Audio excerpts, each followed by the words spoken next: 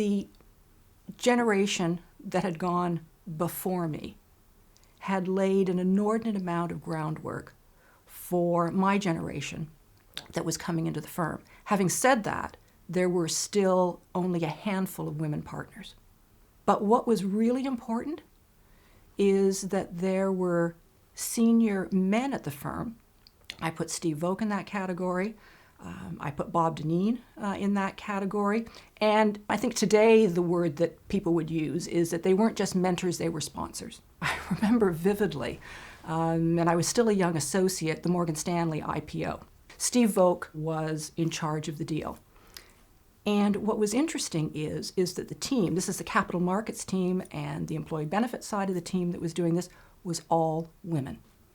And somebody asked Steve at one point, don't you think it's odd, or, that your team is women? And he said, no, I never really thought of that. I just got the people that I thought would be appropriate for this transaction. First of all, it was a cutting edge deal. Secondly, there was the secrecy surrounding it. It was the first deal where I had to clear my desk every night, lock it in a file cabinet, and not talk to anybody about it, because it was very secret. As a young associate, I was basically in charge of pushing the paper and making sure that things got done on time. When we came to price the deal, it was public at this point. All eyes were on Morgan Stanley and the pricing that morning. And we had to do things the old-fashioned way in terms of getting documents to the SEC, getting them declared effective by the examiners so that you could give the high sign to the people on the syndicate desk who could start trading the shares on that morning. Well, because we were doing it the old-fashioned way, there was a delay. But as luck would have it, the SEC examiner was a lawyer that I had gone to NYU with and done my master's degree. And she personally went and got the registration statement, walked it around, got the signatures that were necessary so that we could be declared effective and Morgan Stanley shares could start trading. One of the deals that huge highlight for me, was the initial public offering for Anglo Gold. Anglo Gold, South African company. This was the first initial public offering by a South African company doing a deal outside of South Africa and listing on the New York Stock Exchange. This wasn't just about Anglo Gold listing on the New York Stock Exchange. This was a big step post-apartheid of a South African company opening its doors to the international community. And it was just fabulous to have been a part of that. Ontario was changing their rules to allow foreign law firms to open, because prior to that, foreign law firms it was a closed shop, could not open.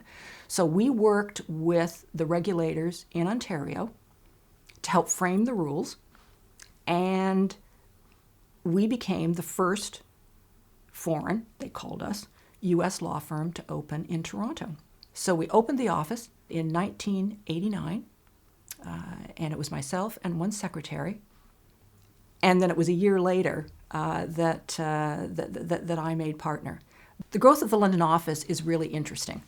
When I got there in 1995, we were a group of, 10, a dozen lawyers doing mostly capital markets transactions, all very exciting. But the mandate was we need to build an English law practice. And so what we decided is we needed to acquire a credible, high-end English law practice that would complement one of our practice groups in the firm. So when I stepped down as managing partner in 2002, the office had gone from, 10, 12 lawyers to about 120, 130 lawyers, at least 2/3 of whom were English lawyers. And, today, when we look at the practice, we are one of the premier firms with English law, U.S. law, and of course now we have French, Italian, German. That is the vision of the global firm, doing high-end deals. As I look back over the past 30 years at Shearman, it's really been about taking that next step and perhaps not knowing what's on the other side.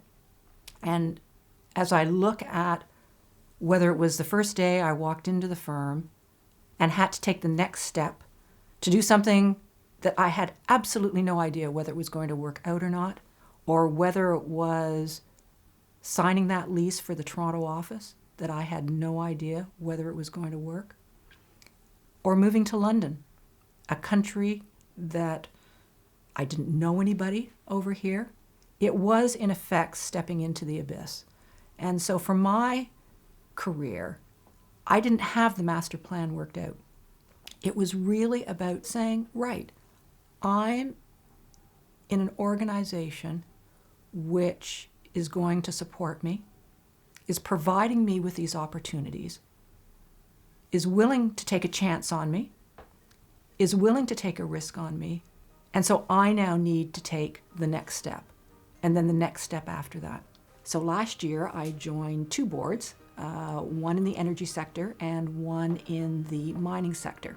I am the only woman on each of those boards, and it's really because of the work and expertise that I was able to develop at Shearman.